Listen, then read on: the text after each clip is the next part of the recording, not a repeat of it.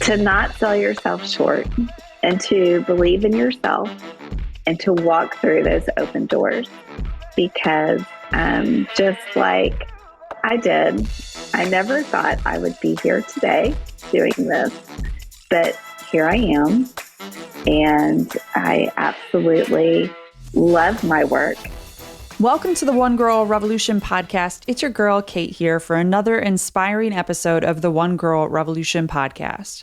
If you're new here, please make sure that you subscribe to the One Girl Revolution podcast wherever you listen to podcasts.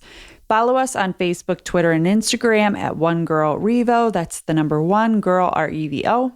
Subscribe to our YouTube channel at One Girl Revolution, and you can find all of our podcast episodes, our original documentary series, social media links, and so much more on our website at onegirlrevolution.com. That's the number onegirlrevolution.com. Check it out. On this week's episode of the One Girl Revolution podcast, I am so honored to welcome Anna Laura Edwards, the Executive Director of Hope Scarves. I originally reached out to Hope Scarves to have their founder, Lara McGregor, on the podcast, but she unfortunately passed away in January 2022.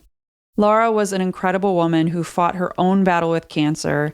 She empowered so many others and gave them hope, and now she continues to walk with so many through her legacy and through her continued work of Hope Scarves.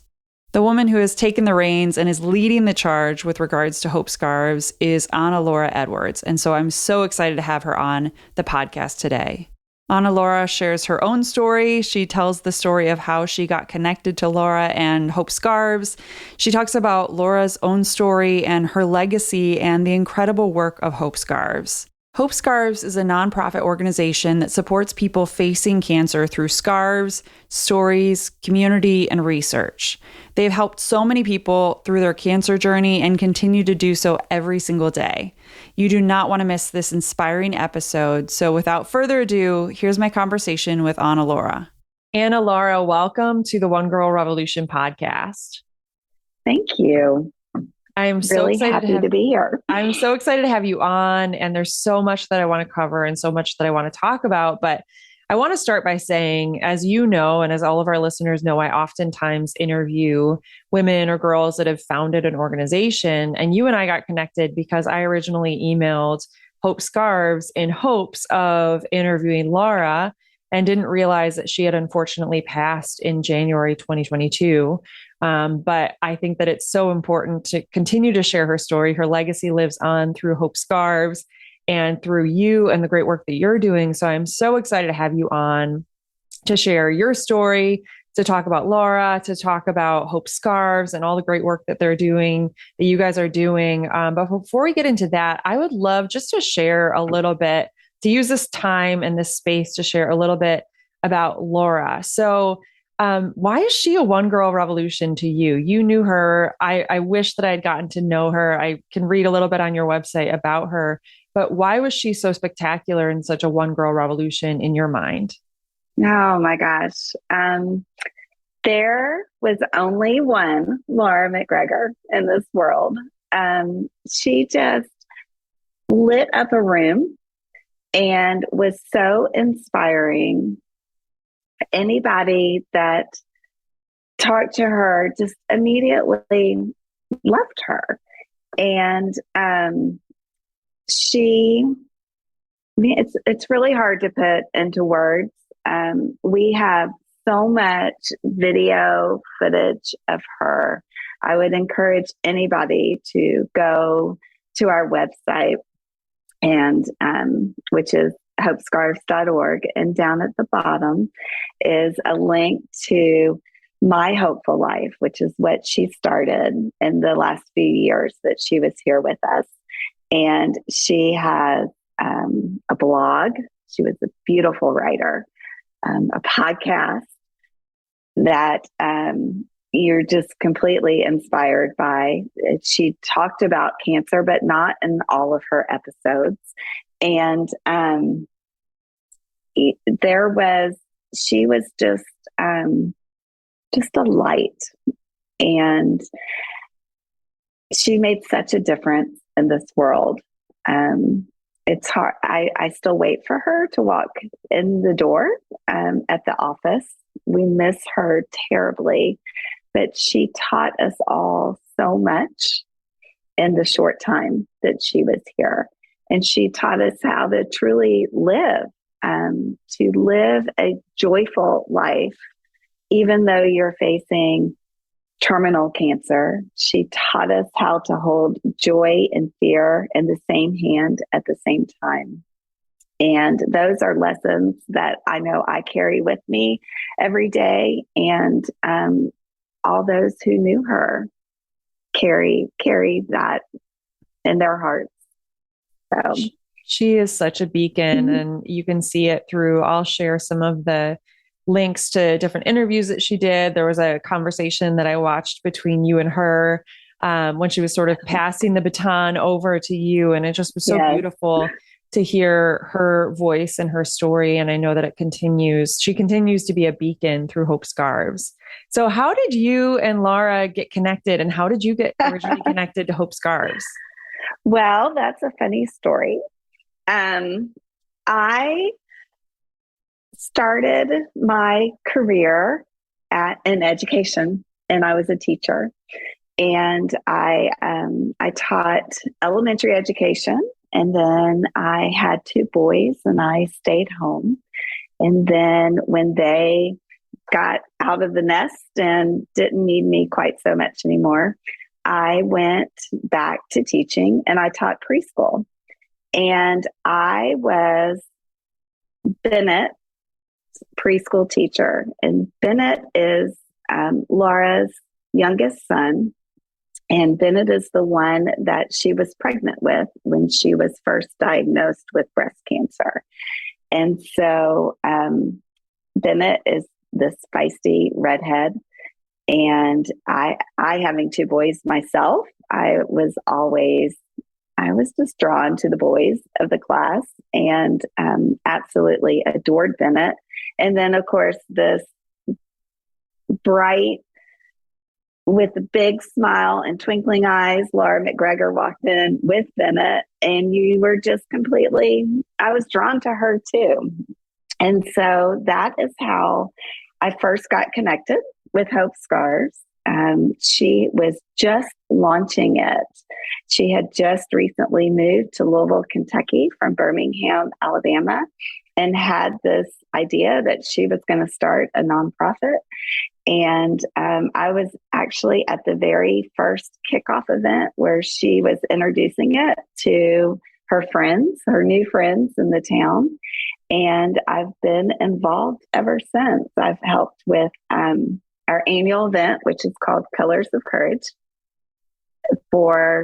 We just had our 11th one, and I've been at every one except for like one, I think I missed. But so I started as a volunteer, and then I quit teaching preschool, and I went back to being a taxi driver for my 2 boys. You know, that time of life where, you got to get them to school, and you have to get them to all their sporting practices. And so I just went back to being a stay-at-home mom. And then my oldest got his driver's license, and he could drive the youngest. And I was looking for something, and I knew I wanted to do something, but I wasn't sure what I wanted to do. And Hope Scarves posted that they needed an accountant. So I decided I was the person to be their accountant. And I have no accounting skills. But I managed the budget for my house. And so I thought that was all that I needed. And I walked in to the office literally about 15 minutes after they posted that they were looking for an accountant. And I said, I'm here. And Lara literally laughed out loud at me. And she said, well, do you have experience with QuickBooks? And I said, well, no, but I can learn. And she's like, do you like taxes? I'm like, well, I can figure it out. I mean, I get all of our tax stuff ready at home. How hard could it be? And she like they just laughed about it because I was convinced I was the person. I knew I wanted to be in that office. So if it was doing accounting, then that's what I was going to do. And she said, we might need someone with a little more experience, but just hang tight and maybe another opportunity will open up. And so I did, and I didn't hear from her for a couple of months. And I thought, well, darn, I just really wanted to be a part. I loved all the girls that worked there and the mission of the organization. And so I had kind of given up, and I got a phone call from her, and she said, "Are you ready to come?" And they started me with doing 10 hours a week. I was doing database entry and thank you letters. And I loved it. And of course, I was kind of getting my hands into other stuff. And eventually that grew. And before I knew it, I was 20 hours a week. And I took over the partnership program, which is where the partnership program is where our scarves and stories are located in cancer treatment centers and hospitals around the United States. And at the time, I think we had about 6 to 10 partnerships. And today we have over 60 and in 22 states. But it's incredible that you've gotten to see it grow so much. Yeah. And then now as executive director, it's going to be so interesting to see where it goes from here because it has come so far. It has. And it's just insane. Have you subscribed to the One Girl Revolution podcast? We have new episodes coming out every week and you don't want to miss them. Subscribe to the One Girl Revolution podcast on Apple Podcasts, Spotify, Stitcher, YouTube, or wherever you're listening right now. So I was the partnership director, and then Lara's health started to decline and she was not able to be in the office as much. So I was still doing all the partnerships, but also kind of running the office too, so to speak. And so then she asked me to be the program director. She said, "You're already doing it, so we might as well give you the title." And so I was kind of running the day-to-day operations, and she was still out doing the public speaking and the slinging of hope, is as she called it. She was the slinger of hope and promoting Hope Scarves. And then it became apparent that her health was seriously declining and that we needed an executive director to come in, the first one ever. And so she like launched a nationwide search because Lara thinks big. She thinks big and everything.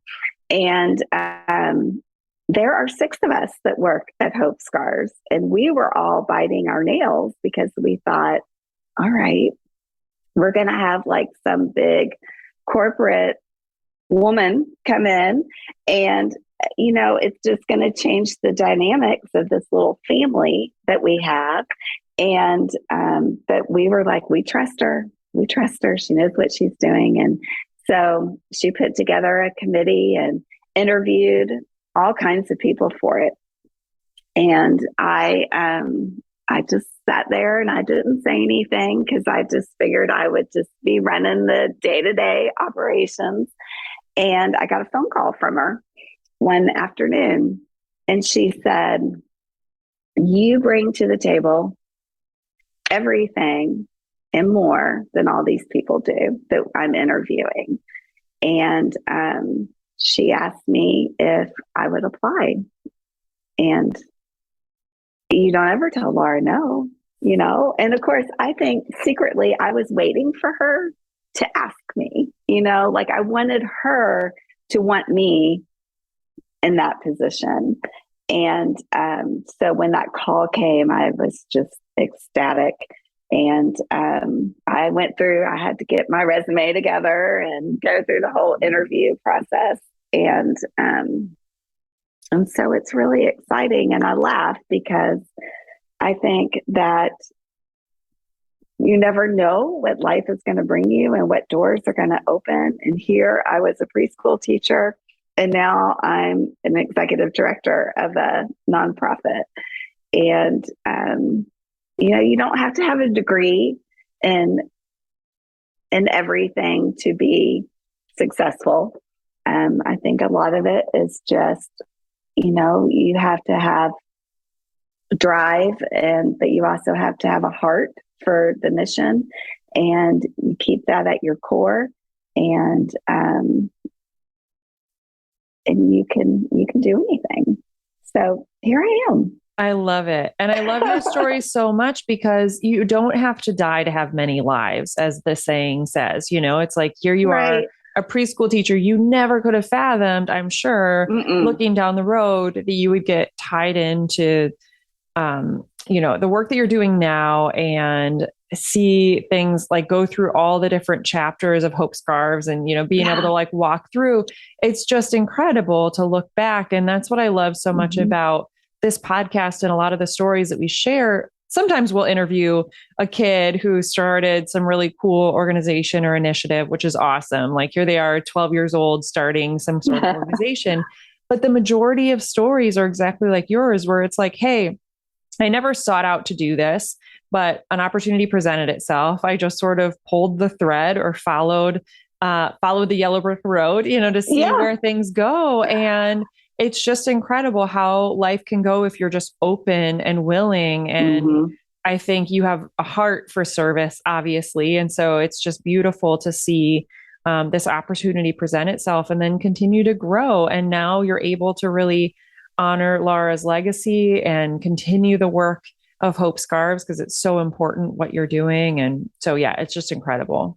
I love too that, they did this whole nationwide search and then ended up choosing someone within the organization, somebody who's been around, because you really can be the protector of the organization, because that's the scary thing. Sometimes, if you bring the wrong person in, it can completely change the direction of the organization. Yeah. We've all seen it, with different things, different projects. If you bring the right person in, they can, of course, continue on the right path, but sometimes it can just change the dynamic, or change the dynamic for all the people that work for the organization. So yeah, it's just incredible. So I want to talk about Hope Scarves.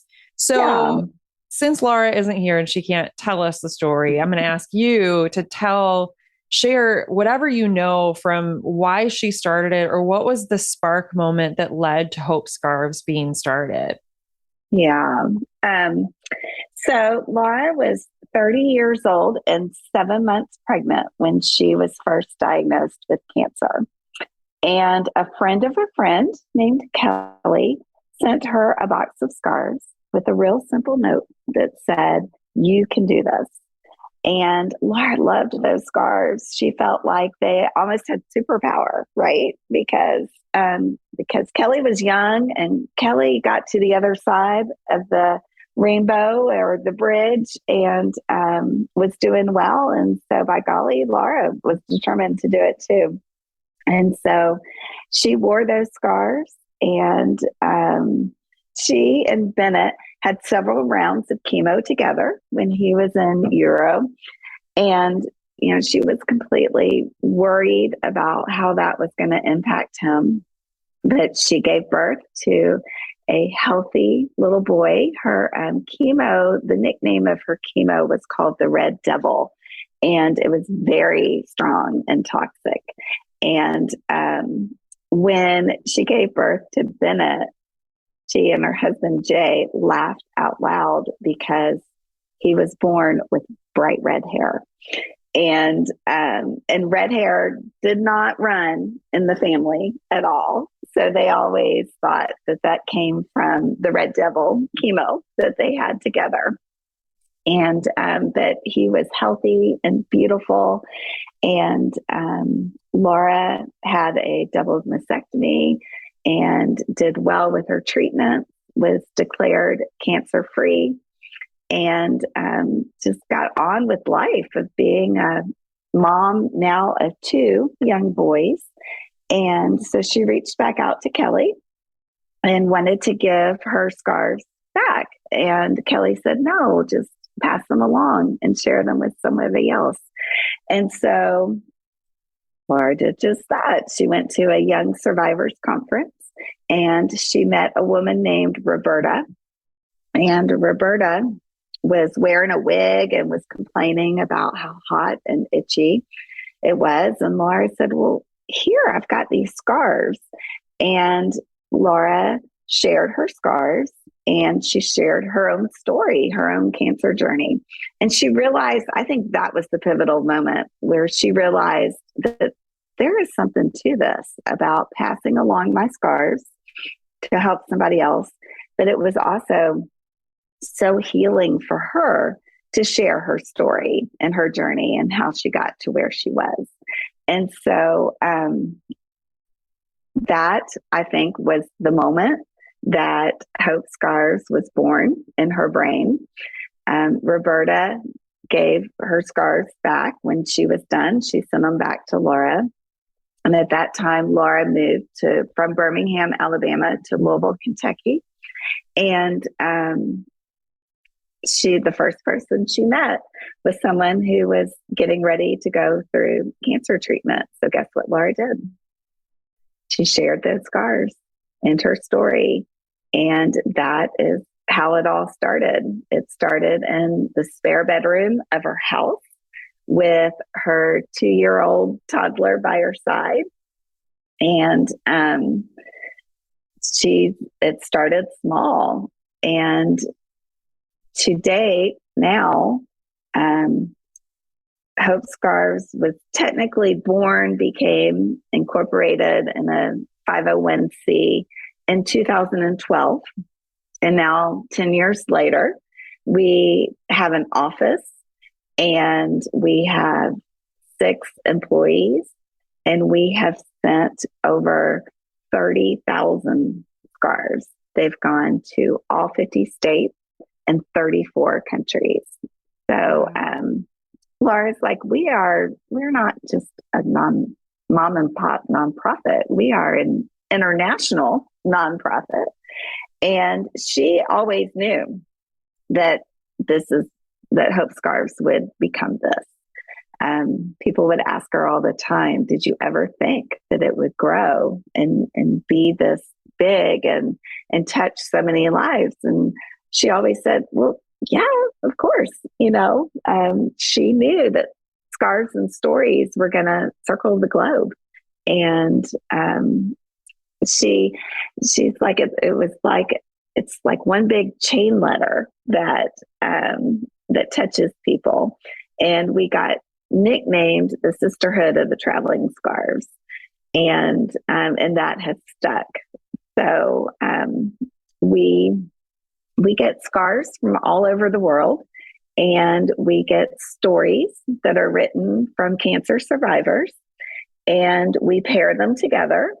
Or if it's a scarf that actually comes from that particular cancer survivor, then obviously her story is paired with that scarf. But that is what makes it a hope scarf. The scarf is this beautiful tool and vehicle that carries a story of encouragement to somebody else. And I really think that people who get our hope scarves feel like Laura did when she got those scarves from Kelly, that they're magical and they almost carry superpowers because they carry the love of someone who really gets cancer. And I am not a cancer survivor, but I know that until you walk those shoes, you don't truly get it like you do from someone who has been through the hard days and lives in fear of the cancer coming back. Mm-hmm. So hope is such a powerful word. And that's what I love, even just about the name Hope Scarves. Mm-hmm. Like if you have hope or you feel like you can do it, that changes everything. And I think on top of that, feeling like you're not alone. I think cancer must be, I'm not a cancer survivor. I have family members who have gone through cancer. And unfortunately, I think I shared with you in an email that my mom recently passed from cancer. And that was something I never fathomed that I would go through. But feeling like you're not alone is so important. It's so critical, because the second that you get a cancer diagnosis, I think it sort of takes all the air out of the room and you feel like, oh, I'm just by myself. And there is, just even from my own experience, being a part of other people's cancer journeys, I think there is this tendency or this like original impulse to just isolate yourself and go internally, like I'm the only, and even, to become angry, which I feel like I would want to be too, angry at the world, like nobody else knows what I'm going through. But what you're doing is giving people hope, but also giving them community, helping them see. And I think that's Lara's story, like that she believed she could do it.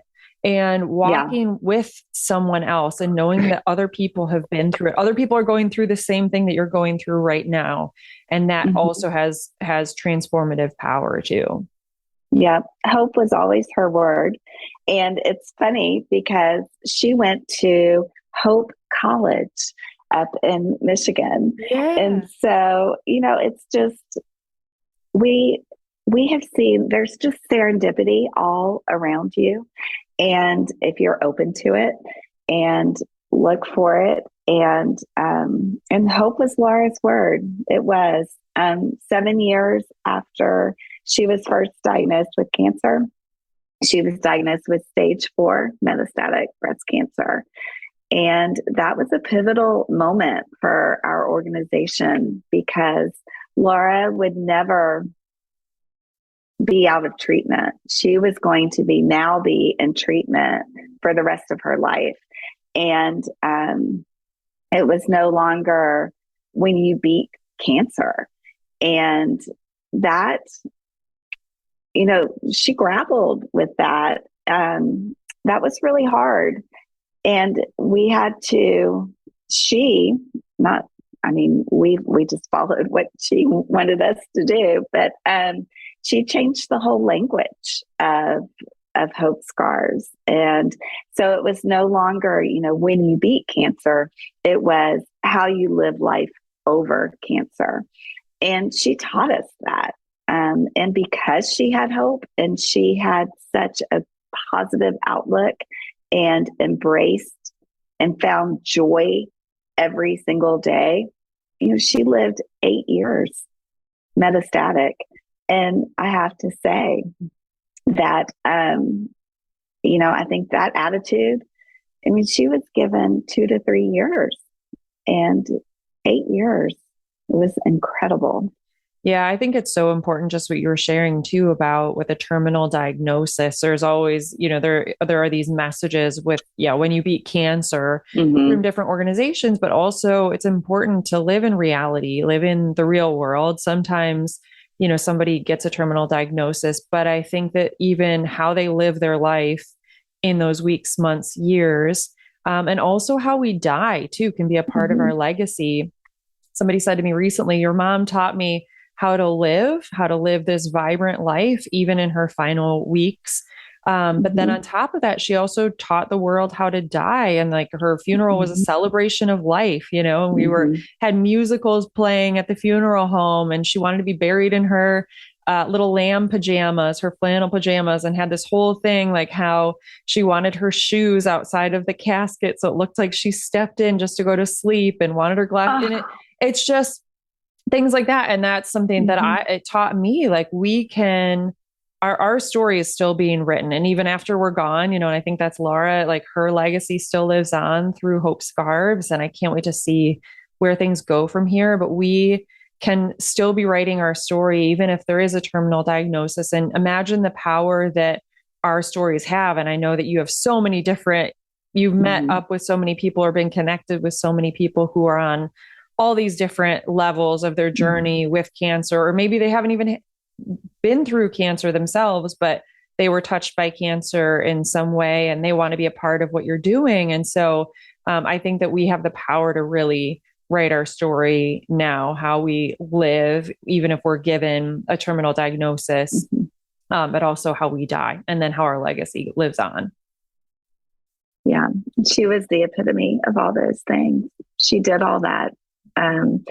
one of her sayings was that she learned how to hold fear and joy in the same hand at the same time. And she did. And she taught us all that life is hard. It's not, as she would say on her podcast, it's not all unicorns and rainbows, but you can still find the good in the hard. And I've gone through some stuff myself lately, personally, and you live that. You don't have to have cancer to live that way, and to just really embrace every day. But she taught us that, and I mean, what a gift! Not only did she start this amazing organization and nonprofit that gives to so many people in so many ways, but she also just taught us how to live. Yeah. Well, she continues to live on through this incredible organization. So I want to talk about Hope Scarves, because I know there are a lot of different things that you do, including research, that you raise money for research. Can you talk about what is Hope Scarves and how do you get connected to the different people that you work with? And talk to me about some of the programming and things that you do. Okay. So, Hope Scarves, our mission is to support people facing all types of cancer through scars, stories, and research. And anyone who is in active treatment for cancer can go online and they can request a scarf for themselves, and we send it to them at no cost. And, they'll get this happy little package with a scarf, and that'll be wrapped around a story from someone who has a similar type of cancer, a similar age. We really work hard to match those up for our personal requests. We have about 2,000 stories in our collection right now of over 90 different types of cancer. So we pretty much, from the rarest to the most common, we can often find a story that matches. And it's really, I mentioned the word serendipity, and we see that a lot with our scarves, and especially our personal request. I recently had a voicemail from a woman who lived in North Carolina at the time. And she said, I just had to call and tell your team that I got my Hope scarf today. And she said, and the story was from a woman from Frederick, Maryland. And she said, I was born in Frederick, Maryland, and lived there. And she goes, and this woman is the same age as I am, with the same type of cancer, from my same town where I grew up. Now, there is absolutely no way that we would have known when we picked that story for Mary that she was from Frederick, Maryland. But how crazy is that? And she said, I just feel like this was a sign from God that I'm going to be okay. And we actually played that voicemail at our Colors of Courage event a couple weeks ago, and there wasn't a dry eye in the room. And that happens over and over again. Somebody might get a scarf that has roses on it, and they'll open it up and they'll be like, oh my gosh, it has roses. My grandmother planted roses, just the connection of things like that happen are amazing. So I digressed a little bit, but that is our personal request program. The other way scarves are shared is through gift request. And anybody can go online and order a scarf for a loved one who's been diagnosed with cancer, and a friend, a family member, anybody. And for a nominal fee, we ask for $5 to help us just cover our cost of shipping. A lot of people will make an additional donation, but we will send a scarf to someone that you love, and you have an opportunity to write a personal message on the insert for the scarf. And we'll do the same thing, find a story that matches and the diagnosis. And you get to pick if you want, what type of scarf you want and what color. And so that's our gift scarf program. And Lara used to always say that she wants Hope Scarves to be a household name, right? Everybody knows Meal Train. When you hear somebody has been diagnosed with cancer, you always set up a meal train. Well, she wants it to be, you set up a meal train and you send them a Hope Scarf. And our gift scarf program is growing. And that's one of our goals, is to be a household name. And then the third way our scarves are shared is through our partnership programs. And that is where our scarves are housed in hospitals. And shared by infusion nurses and social workers and doctors, nurse navigators in the resource centers. And the beauty of that is that the patient, it takes the burden off of them to even find us. And it's almost like a gift from their caregivers, their medical caregivers. And the hospitals, the nurses, the doctors just love it because they're not just pumping these medicines into their veins that make them so sick. And, sometimes their hair falls out, but it's taking care of them emotionally as well. And it's a gift of love. Here is a scarf and here's a story from somebody who has traveled your same road and gets it. And, so that has been exciting. And that's, where I started. So I have a little bit of a passion for the partnership program. And then in addition, the third pillar of our mission is research. And when Lara was diagnosed with stage 4 metastatic breast cancer, she knew that scarves and stories are great and inspiring, but they're not going to extend and they're not going to save lives. And she wanted to do more. And so she did. And we started in 2016, we started a metastatic breast cancer research fund. And to date, and I am so excited to say this because this happened just a couple of weeks ago at our special event, we hit the $1 million mark. Wow. Hope Scarves has raised $1 million for metastatic breast cancer research. And all of that is matched 1-to-1 by anonymous donors. So a $2 million impact.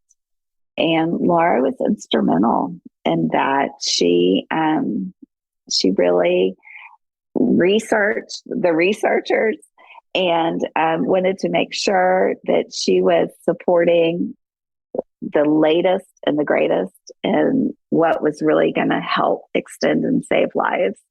And while we support people facing all types of cancer, she believed that, well, one, she knew she could raise the money and really wanted to have an impact. So instead of spreading ourselves to, a little bit here and a little bit there. And then, of course, she had NBC. So, of course, that's what she wanted to support the most.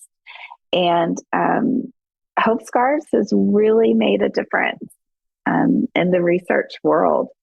And we support researchers right now at Dana-Farber and Johns Hopkins.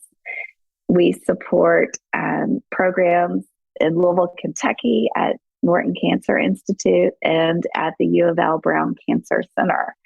Lara was treated at the U of L Brown Cancer Center. And so our dollars there help to bring clinical trials to the state of Kentucky. so that women don't have to travel to MD Anderson or to Vanderbilt to get treatment, and to have options that they can stay home with their families and have those clinical trials available to them. So it was a milestone. And I know that she was watching and cheering. And she was also saying, okay, you're not going to stop at 1 million. We're going to keep going. Right. And we will. It's so incredible. We celebrated it, but that's not our end point at all.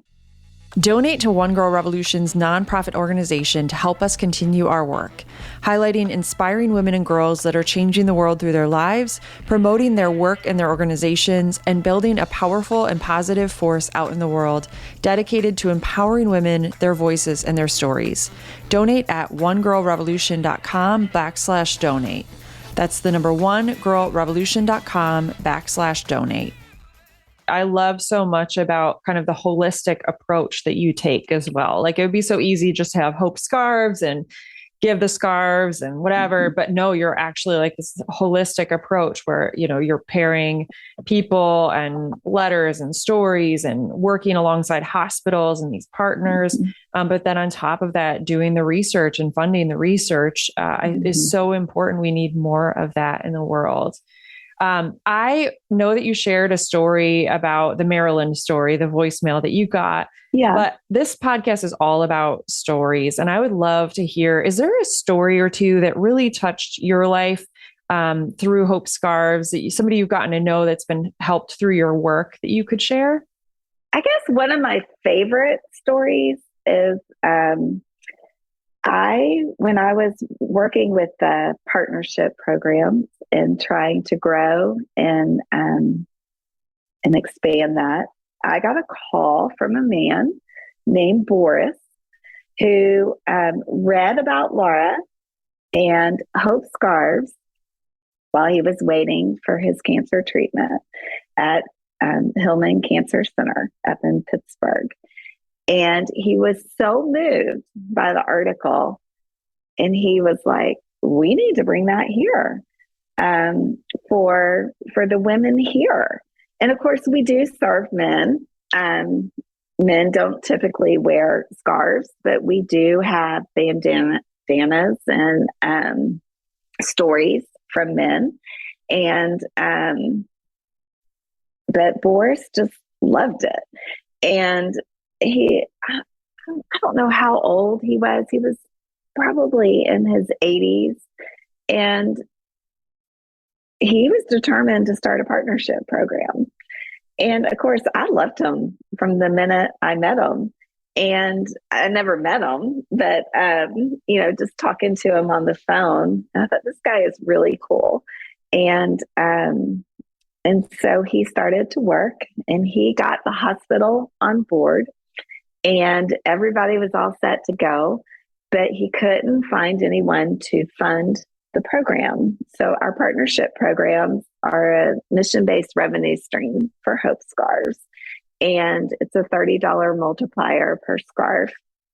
And that just allows us to do our mission, right? And to send the scarves, the personal request at no cost. And so he was working so hard on finding the funding but just couldn't get any bites. And we get funding from hospital foundations, from large corporations, from individuals. And so we were brainstorming all the different ways for him to get funding.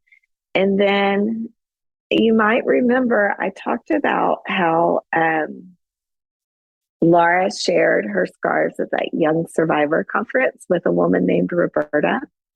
Well, Roberta was treated at Hillman Cancer Center.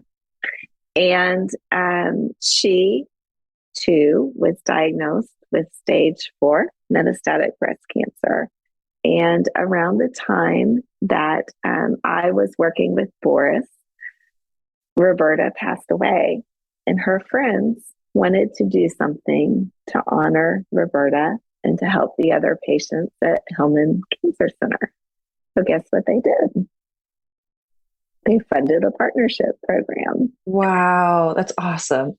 I mean, how crazy is that? Crazy. But these little stories are so important. And I think a lot of times we miss these stories, right? Like we don't pay attention to all these little, just like glimpses of connections, or I have a friend that calls them God winks, different things that are like, oh my gosh, like how did this happen?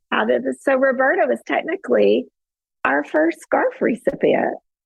And everything was in place because of Boris, who happened to read an article while he was waiting for treatment. The hospital was already on board. Right. And so here it went. And Lara went up and launched the partnership. That was pre-COVID. And I had just broken my ankle and had surgery and plates and screws.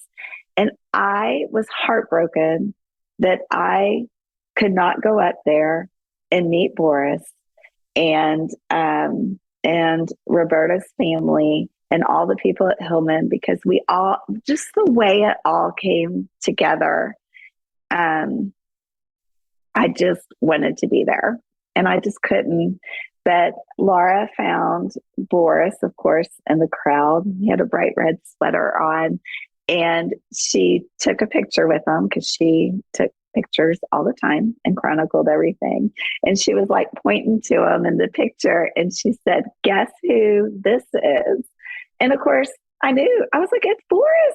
Oh my gosh!" And then a couple months later, Boris passed away too. So I never got the privilege of meeting him in person, but I felt like I knew him. And I guess that's my personal favorite story, because full circle. And it's amazing how those things work. Yeah. And Boris's legacy lives through Hope Scarves as well. It's just beautiful to see all the connectors. And I'm sure that I know there are so many stories of people that you've helped, and I know there are going to be so many others, but there's going to be so many other connecting points like that, which is just really beautiful to watch it unfold. So Ana Laura, I want to know, where do you go from here? I know you've accomplished so much. I'm sure that Lara had big plans. She probably left you with, some roadmap or some directions on what she wanted you to accomplish, but where do you go from here, and what are some things that you're working on? I think we will always have a presence in the NBC world and continue to raise money for those much needed research dollars and be impactful with that. I would love to see Hope Scarves expand even more to the younger population of those teenagers that get cancer. I feel like they kind of fall between the cracks because they're not children, but they're not adults. And yet they, can be inspiration for one another. And I would love to grow that story collection to include that age group. And we do have our scarves at like Peyton Manning's Children's Hospital up in Indianapolis. But I would just love to see that part grow. And where else we go, I don't know. I'm along for the ride. You have such a powerful foundation, like you shared. I think it's incredible what Lara was able to accomplish, even in her final weeks and months, and all the different things that you were doing. It set you up, but you've done so much. The organization has done so much in such a short period of time. And I can only imagine how it's going to continue to grow and evolve. And I want to encourage everybody to follow you on social media, get involved in your work. If you know somebody, share it with them or nominate them to receive a scarf. But what are things that people can do to support Hope Scarves? And then also, what can we all do to emulate the work that you're doing? Obviously, support people going through cancer treatment. and be a friend to them, give them hope in different ways, whether it's nominating for them with a scarf or just being there for them. But what are things that people can do to support Hope Scarves? And what are things that we can all do to emulate the work that you're doing? The most important thing is to know about us, to use us as a resource to support family, friends, loved ones who are diagnosed with cancer, to send them a scarf. And then help us just spread the word about the work that we do. Help us start partnership programs. We're in 22 states. We want to be in all 50, and not just one partnership program in each state, but multiple. Help us raise money for research. It's such an important part of our mission. And when you donate to Hope Scarves, you have a choice where you can donate to the general fund, which helps us fulfill our mission, or you can donate 100% to the research fund. And we guarantee that 100% of your donation will go into our research fund and will be spent on research. We're always looking for new researchers to support. So, helping us make connections with people, with the scientists that are doing great things. Having scarf drives in your community, it's not always about giving monetarily, but also giving of your time and passing on your scarves.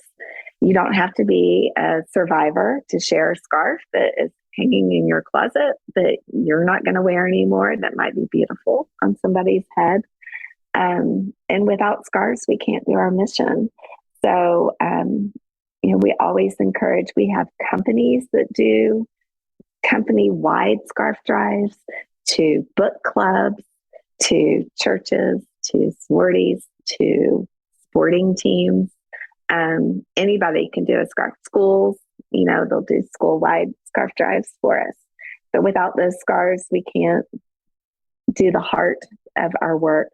So having a scarf drive. And so that's how you can help Hope Scarves. How can you emulate the work that we do? I guess the one thing that comes to mind that Lara always taught us was to act, not ask. So when you have a friend that has been diagnosed with cancer or is going through chemo, don't ask them, how can I help you? Because that puts the burden back on them. Just do it. Show up with a meal. If you're headed to the grocery, say, I'm headed to the grocery store right now. What can I pick up for you while I'm there? We all love mums and our pansies and our fall plants. So go over and do their pots for them. There are infinite number of things that you can do to help. And I think often, you just do it. And so act, don't ask. That was I love one that. of the things that Lara always said. And I think that's relevant for anything, even if somebody is sick at home, or an elderly person, or someone that just had a new baby. Like, just act, don't ask. And I think that that's so powerful and profound. And I'm going to be encouraging everybody on the One Girl Revolution platform to follow everything that you're doing, support you. I love the idea of collecting scarves and sending those in, because a lot of times it doesn't even take money. It's just taking something that you already have and regifting it in a way to someone who could really use it. But we're going to continue to follow everything that you're doing. And I want to support Hope Scarves in any way that we can. And act, don't ask. I think that's such profound words for all of our listeners. But Ana Laura, I have loved spending time with you. Thank you so much for all that you do. Thank you for being on the podcast and sharing all about your story and Laura's story and Hope Scarves. And I can't wait to continue to follow everything that you're doing. Before I let you go, I always end this podcast because we're focused on women and girls. I always end this podcast on one question. So I'd like to ask you, if you could leave women and girls around the world with one message, what would it be? To not sell yourself short and to believe in yourself and to walk through those open doors. Because just like I did, I never thought I would be here today doing this, but here I am. And I absolutely love my work. It fills my bucket. Teaching filled my bucket too, but this fills it in a different way. And so you can do anything. And to all the young girls who are trying to figure out their path and, what they should major in, and you never know. I think that goes for anybody, but you just never know where you're going to end up. And, but believe in yourself. Life is and make a difference. Yeah. Life is a journey. Yes. And it's a beautiful one. And you're such an example of that it's a beautiful journey and you just never know what is to come. Well, thank you so much for being on the podcast. And thank you for all the incredible work that you do. Thank you. Thank you for having me. Please follow us on Facebook, Twitter, and Instagram at One Girl Revo. That's the number One Girl REVO. And you can find more information on One Girl Revolution at onegirlrevolution.com. That's the number onegirlrevolution.com.